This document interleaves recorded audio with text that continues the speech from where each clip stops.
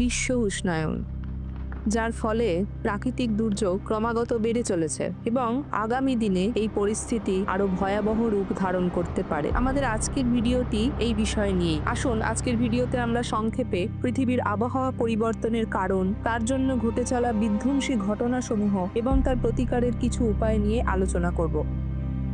নমস্কার, আমি সুজাতা। তথ্যসূচিতে আপনাদের সকলকে স্বাগত।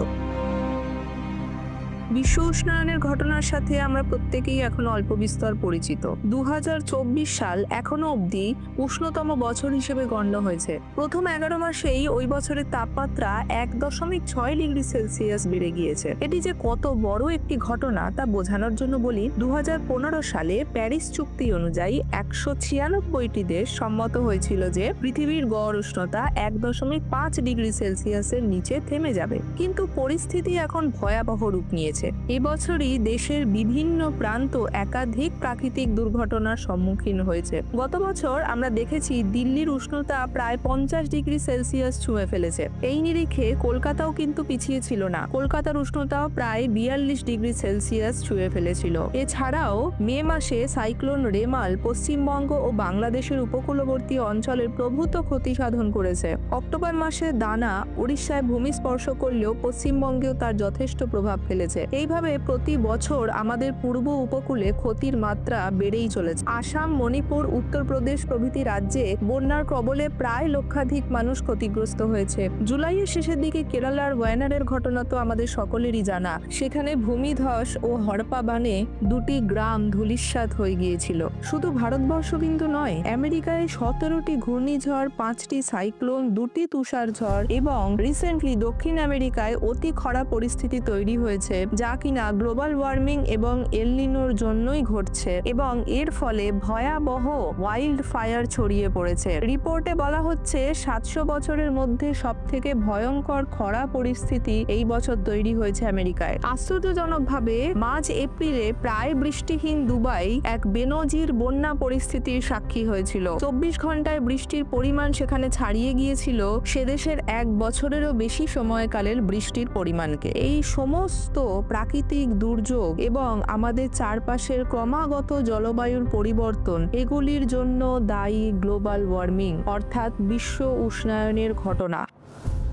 সমগ্রভাবে পৃথিবীর গড় উষ্ণতা আজ প্রায় 70-80 বছর ধরে বেড়ে চলেছে এবং সেটি কন্টিনিউ বেড়ে চলেছে। পৃথিবীর এই গড় উষ্ণতা প্রতি পদে পদে বৃদ্ধি পাওয়ার ঘটনাই হলো গ্লোবাল ওয়ার্মিং। এবার গ্লোবাল ওয়ার্মিং হচ্ছে কেন? গ্লোবাল ওয়ার্মিং কি জিনিস? আসুন একটু বুঝে নেওয়া যাক। মূলত গ্রিন হাউস গ্যাসগুলি এই গ্লোবাল ওয়ার্মিং পরিস্থিতির জন্য দায়ী। সূর্যরশ্মি পৃথিবীর বায়ুমণ্ডল এবং স্থলভাগকে রোজই উত্তপ্ত করে। সূর্যের আলো প্রতিদিন পৃথিবীতে এসে পৌঁছচ্ছে এবং আমাদের বায়ুমণ্ডল উত্তপ্ত হচ্ছে, আমাদের স্থলভাগ জলভাগ উত্তপ্ত হচ্ছে। এবার এর মধ্যে পুরো যে তাপ স্থলভাগ এবং জলভাগ দ্বারা আবদ্ধ হয়ে যায়, সেটা যখন ভূপৃষ্ঠ ঠান্ডা হয় সেই তাপের কিছুটা অংশ আমাদের ভূমিভাগ দ্বারা আবদ্ধ থাকে এবং বাকিটা প্রতিফলিত হয়ে বায়ুমণ্ডল থেকে বেরিয়ে যাওয়ার কথা। কিন্তু এই সমস্ত গ্রিনহাউস গ্যাসগুলি, যেমন ধরুন মিথেন,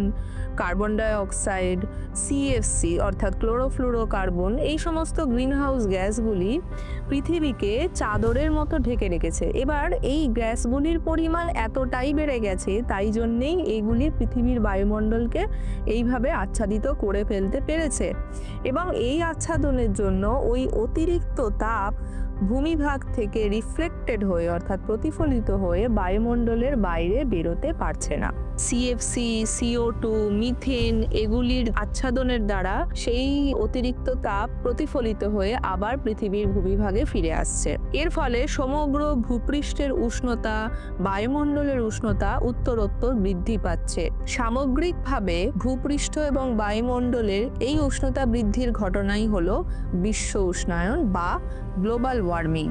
এবার আমাদের মনে স্বাভাবিকভাবেই প্রশ্ন আসতে পারে যে এই গ্রিন হাউস গ্যাসগুলি এত যদি আমাদের সমস্যার কারণ হয়ে থাকছে, তাহলে এই গ্যাসগুলির নির্গমন আমরা কেন আটকাতে পারছি না? তার কারণ হচ্ছে আমরা জীবাশ্ম জ্বালানির দহন প্রতিনিয়ত করছি, গাছ কেটে ফেলছি, শিল্পায়ন হচ্ছে মানুষের জীবন জীবিকার তাগিদে, এবং এই সমস্ত জিনিসের জন্য প্রতিনিয়ত বাতাসে অল্প অল্প করে CO2, মিথেন এগুলো মিশে চলেছে।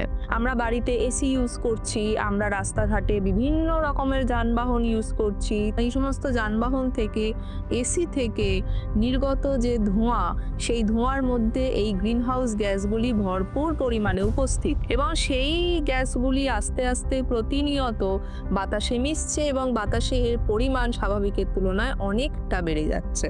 এখানে বলে রাখি, কার্বন ডাই অক্সাইডের পরিমাণ 40% উপর বৃদ্ধি পেয়েছে শিল্প বিপ্লবের পর থেকে শুরু করে। কিন্তু সবটাই এমন ধূসর হতাশাজনক এখনো হয়ে ওঠেনি। উষ্ণায়ন কমানোর উপায় এখনো মানুষের আয়ত্তের মধ্যেই আছে। পুনর্নবীকরণযোগ্য অর্থাৎ রিনিউয়েবল এনার্জি সোর্স যেমন সৌরশক্তি, বায়ুশক্তি, জলবিদ্যুৎ শক্তি, এইগুলির ব্যবহার দ্রুত বৃদ্ধি করতে হবে। বৃক্ষরোপণ নিয়ে সচেতনতা বাড়ানো প্রয়োজন। এক্ষেত্রে আমাদের প্রত্যেকেরই ক্ষুদ্র ক্ষুদ্র হলেও অবদান রাখা জরুরি। প্রয়োজনের অতিরিক্ত জল খরচ বন্ধ করা, বিদ্যুতের অপচয় না করা, আশেপাশের মানুষজনকে পরিবেশ সম্বন্ধে সচেতন করা দিয়েই আমরা শুরু করতে পারি। সকলের মিলিত প্রচেষ্টায় আমাদের পৃথিবী আবার সবুজ হবে, আবার স্নিগ্ধ হবে। এই আশা নিয়েই আজকের ভিডিওটি এখানে শেষ করছি। নমস্কার, আপনারা সকলে ভালো থাকুন, সুস্থ থাকুন, এবং আমার এই নতুন চ্যানেলটি আপনাদের কেমন লাগছে, আজকে আমার প্রথম পরিবেশনা ছিল, সেটা কেমন লাগছে অবশ্যই কমেন্টে জানান। ভালো লাগলেও জানান, খারাপ লাগলেও জানান। সকলে সুস্থ থাকুন, ভালো থাকুন। নমস্কার।